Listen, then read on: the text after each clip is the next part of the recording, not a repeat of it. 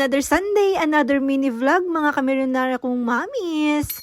So every Sunday nga ay ligo nga ni Madam Hira. Mabuti pa ang Hira, nakaligo na. Ikaw nga'y, nakaligo ka na ba? Charis. So yan nga't hindi na nga siya nangangamoy patis. Ako na lang yata yung amoy patis. Charis. Siyempre hindi pa ako nakaligo dahil pinaliguan ko nga muna si Madam Hira. At siyempre naka-blower ang Madam Hira dahil tayo ay milyonarya. Abay may blower diba? Kaya naman anong silbi kung hindi natin gagamitin? Kapag nga kasi hindi agad-agad matutuyo yung buhok nila ay dyan nga sila sisipunin. Kaya naman bago pa nga siya sipunin, ayan nga blinower ko na nga para agad-agad na matuyo yung kanyang buhok. Once a week nga lang siya maligo, kaya naman minimake sure talaga namin na dapat ay mabango siya. Napo, kaungo lang naman ni Daddy Dandan. So yun, at habang nagpapaligo nga ako kay Hira, ito nga't nagpaluto naman ako kay Daddy Dandan ng itlog at saka tuyo. Feel na feel ko talaga ang Sunday kapag ganito ang ulam sa umaga. At Sunday lang talaga kami nag-aalmusal na dalawa. Ganun. Yung Monday to Saturday namin hindi uso ang almusal. Pati nga rin Sunday minsan hindi kami nag-aalmusal. Pero for today's video ay nakakamiss nga namang mag-ulam ng tuyo at saka itlog. Ay naapo, nabitin pa nga ako ng kanin dyan. Kaya yan, inalunos ko na lang yung daing at saka itlog. O kaway-kaway kung kayo din ay nagtitirador ng itlog at saka tuyo. Paano ba't nasa mood talaga ako kumain ng tuyo for today's video? Siyempre sinasawsaw ko yan sa suka. At itong tuyo nga na ito ay bigay nga ng kapatid ko at in fairness, nakaim-imas. Kaya naman ang sarap-sarap magkamay kapag tuyo ang ulam. Pagkatapos naman namin kumain ito at pinaliguan na nga ni Daddy Dandan itong si Arky Dandan. O magsawa na lang kayo sa dandan na sinasabi ko. Charis. Paano ba't ganun yata kapag nagkaroon ka ng anak na lalaki? Normal lang na isusunod yung pangalan niya doon sa kanyang daddy. Pero syempre, pag nagka-baby girl naman kami, susunod ko din naman sa aking pangalan. Ganun, charis. So ito nga't kung makapag-flex nga naman ang Daddy Dandan dito sa bathtub ni Arky Dandan ay naapo. Intiro matla focus na. Intirong ay promote na ba ni Yobo? Kasi dyan. O alam nyo na yung link, andyan lang sa my comment section. Mag-check out na rin kayo for your baby. Kasi dyan. So yan nga yung bathtub ng Yobo na napakaganda nga rin naman talaga. Pero syempre, mas maganda nga ako dahil nakaligo na nga ako for today's video. Charis. Ala, brown na brown. Biro kong daklatan dito. Siyempre, mag-i-skincare ako tani ay naapo, mahirap na. Baka may makakilala sa akin dyan sa daan at sa bungutan naku. Sabay sabihin, ikaw pala si Mami Majoy. Feeling milyonarya. Tsaka mo pala sa personal, sabay kasjay, ay napaw. So yan, paganda muna ako para naman magmukhang tao. At yung outfit ko nga rin pala, yung link, ilalagay ko na nga rin dyan sa may comment section. So yung size ko ay small lang ha, pero may sizes din yan kapag mag-check out kayo. Merong size yan small to XL, kasjay. Depende sa papuson, ganon.